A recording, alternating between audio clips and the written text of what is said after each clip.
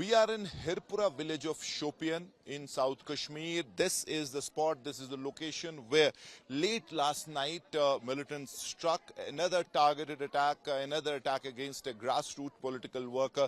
Ejaz Ahmed was an ex-BJP Sarpanch from the area. As you can see, outside his residence, there are people who have assembled, people from various parts of this village to be with the family in this hour of grief. But quite clearly, he has been targeted because most probably of that video that came out, the BJP state IT cell used his video wherein he had given an interview speaking about Vikas, speaking about development, how development under Narendra Modi reached the doorstep of his village in Shopian, where there were various developmental works, and he was all praise for the BJP government. Probably that could be one reason he has been targeted. But overall, if we talk of these elections, this is the first of its kind attack where a political grassroots worker has been targeted. And quite clearly,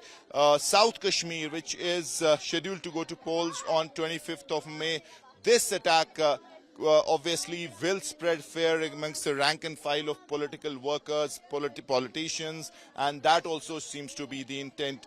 Back-to-back terror attacks late last night, where first in Pahalgam, tourist couple was targeted. One of them is still critical, and just 5-10 minutes after that, this particular attack. Now, talking of this particular village, this is on the Mughal Road and very close to the Pir Panchal mountain range that connects, or is the on the other side is Poonch and Rajouri, and Mughal Road connects Kashmir with Jammu.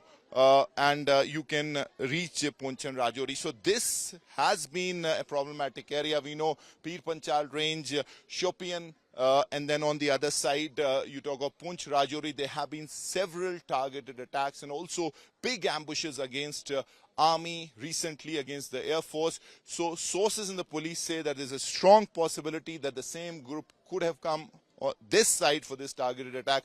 But investigations are on, and I can also tell you that several people have been rounded up, detained, questioning is on, and there are also search and combing operations that are happening in the periphery based on intel input. So the security forces are on job, but quite clearly, once again, political grassroots worker targeted and quite clearly it is a targeted attack because he was pinpointed in this village and at least 15 bullets were fired on him.